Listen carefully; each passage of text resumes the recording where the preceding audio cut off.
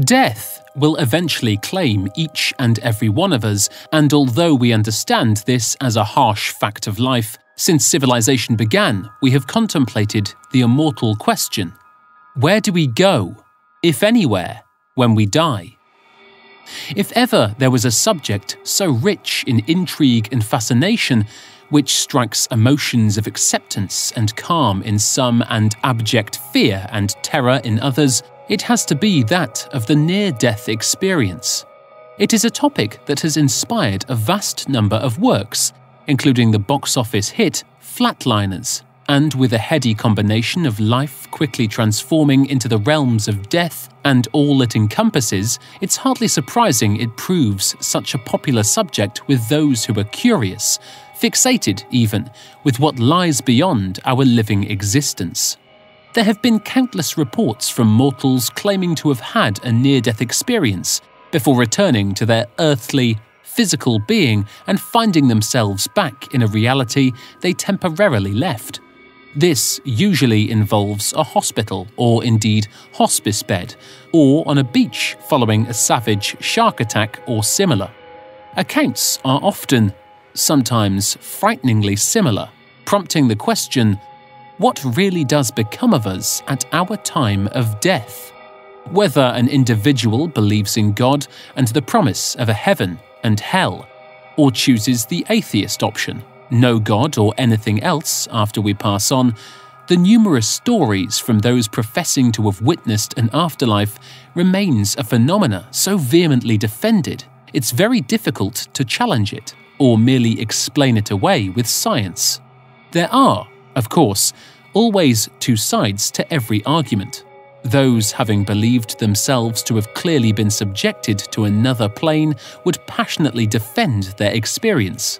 Others would attempt to justify what the patient saw as either medications or the body closing down, producing chemicals in the brain that contribute to these manifestations of people and memories known to them over the course of their lives. But to a great many, the notion of an afterlife offers an enormous degree of comfort, that when we die, there is more for us than nothingness, a black hole of emptiness, where the deceased have no memory, and from the moment we die, we are gone for all eternity. The circle of life, in essence. We know that these near-death experiences can adopt a variety of different forms. The classic white, bright light leading the soul into heaven, or an intense, all-consuming sensation of peace and harmony sweeping over the person, leading them on to another form of life, to the commonly reported cases of souls waiting for a train that pulls into the station carrying all their loved ones who have died before them, waving and inviting them excitedly on board. This sequence frequently concludes with the patient being refused onto the train, with a loved one instructing them to go back, it's not your time yet. The patient then awakes to describe this vision to medical staff around them, and normally and somewhat chillingly, the patient will have already been pronounced dead.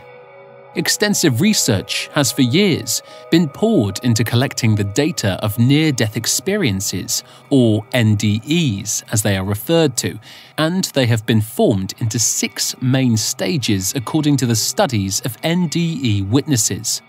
Stage 1 is found to be the hell-like, negative scenario.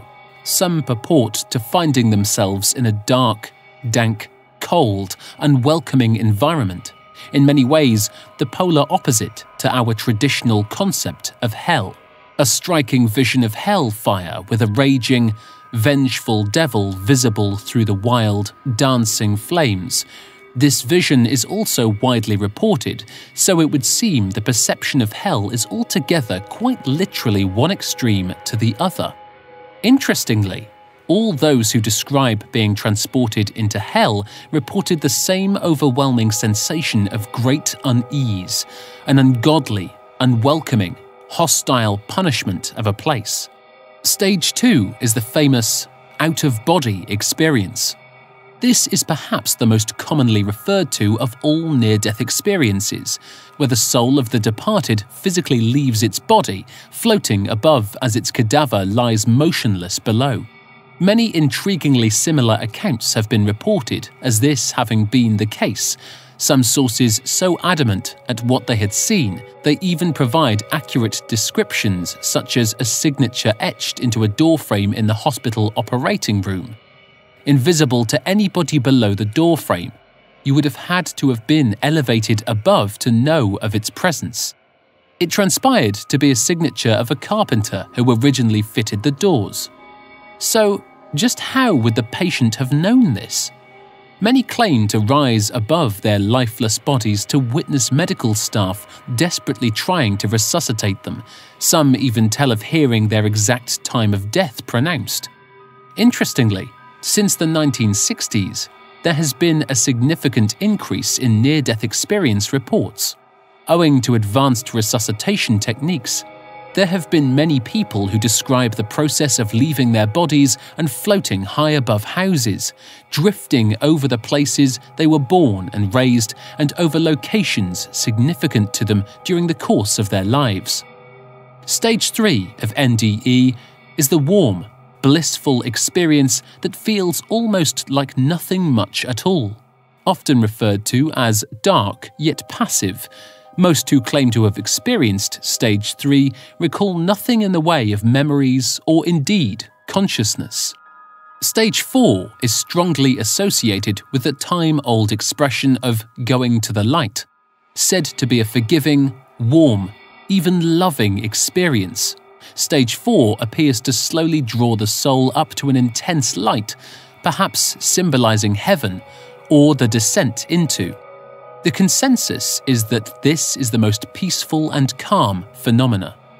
Stage 5 is the subsequent passing beyond the ushering light and into the company of a serene, loving host, usually in the form of a familiar face, a departed loved one, for instance. Although this has often been described as a religious icon, the patient is guided gently to the kingdom of heaven, where some emotionally describe seeing loved ones awaiting them. A common occurrence reported is celestial music throughout, and all grief, anger, anxiety and fear simply drifts away as though no such feelings ever existed. It is ordinarily around this time that the patient is advised they must return to Earth, as it's not their time yet. The final stage, Stage 6, is probably the rarest of reported experiences. This is the process of regrouping, becoming as one with the universe's energy that brings unity to everything. This experience seems to go further than the aforementioned, as there is no apparent consciousness, only the sensation of energies fusing together. Most patients who have experienced NDEs explain that they no longer fear death, as they now know what lies beyond this earthly existence, and in many cases, it's not something to trigger alarm or worry. With so many nearing identical reports, it would be wise to consider this captivating subject, as one thing remains a dead cert. We will all die, and what lies beyond our world will then be made apparent to us. Don't forget to like, subscribe and share, but all the while, don't have nightmares.